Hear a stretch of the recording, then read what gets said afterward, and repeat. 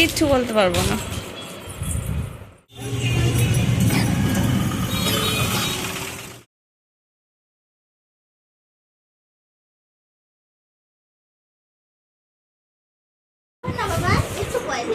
Brush করে খাওয়া দাওয়া করে তারপরে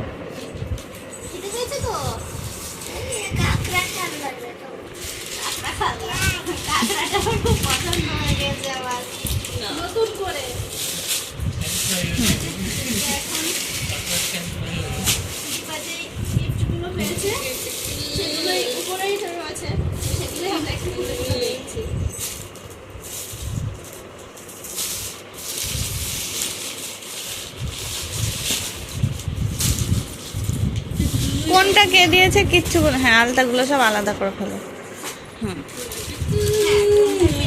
আর কিচ্ছু বলতে পারবো না। বাহ খুব সুন্দর।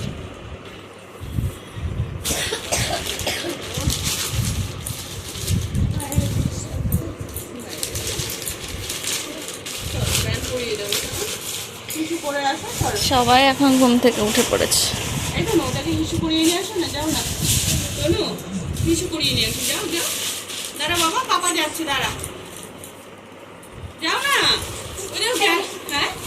এদিকে সকালে সোনু আর অনিকের কাজ বেলুন ফাটানো ওদের শুরু হয়ে গেছে ওদের কাজ। আর আমরা এখন নিচে এলাম, দীপার স্নান টান কমপ্লিট। আর কালকে যেই শাড়িটা পরে দীপা পুজোতে বসেছিল সেই শাড়িটাই ওকে পরে আসতে হলো এখন, কারণ কিছু নিয়ম বাকি আছে তো সেগুলোই এখন হবে। তো দীপার যে নিয়মটা বাকি আছে ওই নিয়মটা হয়ে গেলে তারপর আমরা খাবো। তো বাকিরা মোটামুটি খাওয়া দাওয়া হয়েছে।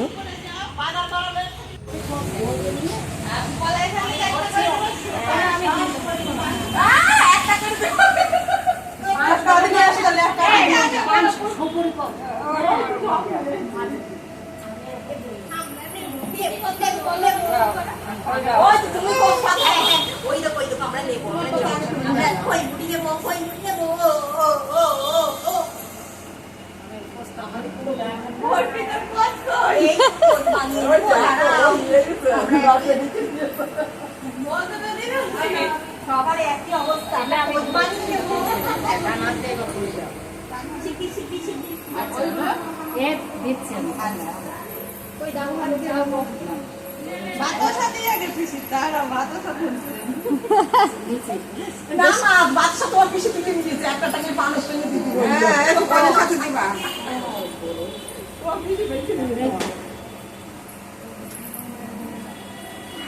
আমাদের করে সুশি করতে বা আমার বস আসছে আমাদের বাড়ি ছেলে কি আছে ওই আমার অবশ্য কথা সবাই যাবি বলে আমাদের বাড়ি কোতে ব্যাগ আমরা দুজন ওই মিষ্টি দামু মিষ্টি কোথা থেকে দেবে নাকি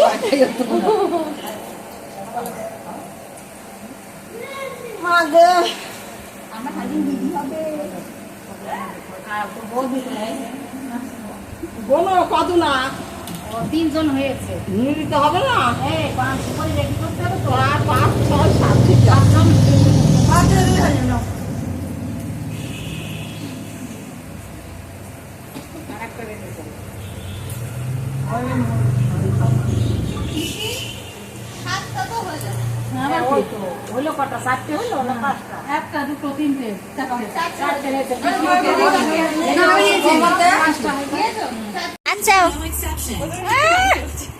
এক্ষুনি রায় দীপার মাছ চুল আশ্রয় দিচ্ছিল। আর দিদি এদিকে সকাল থেকে বেশ অনেক কাজ করছে, জামা কাপড় এখন ছাদের থেকে তুলে নিয়ে এসে এখন ভাঁজ করছে। আমি এখন বড়টা চান করাবো। রায়ের স্নান হয়ে গেছে, ওকে ঘুম পাড়াতে গেলাম, ঘুমালো না ওদের খেলা দেখে।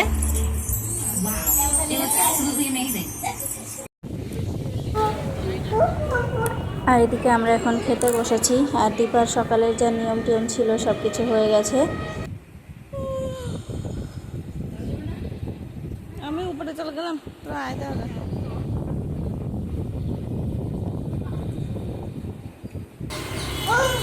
তো যে এখন সন্ধ্যাবেলা আমরা 10-12 জন মিলে এখন যাচ্ছি শিবনিবাস। তো যাওয়ার ইচ্ছা ছিল বর্ডারের দিকে, তো তো সন্ধ্যা হয়ে গেছে, বিকাল বিকাল যাওয়ার কথা ছিল, কিন্তু সন্ধ্যা হওয়ার কারণে এখন চলে এলাম এই যে শিবনিবাস। আর বাড়ি ফেরার পথে ফুচকা খেয়ে বাড়ি ফিরব।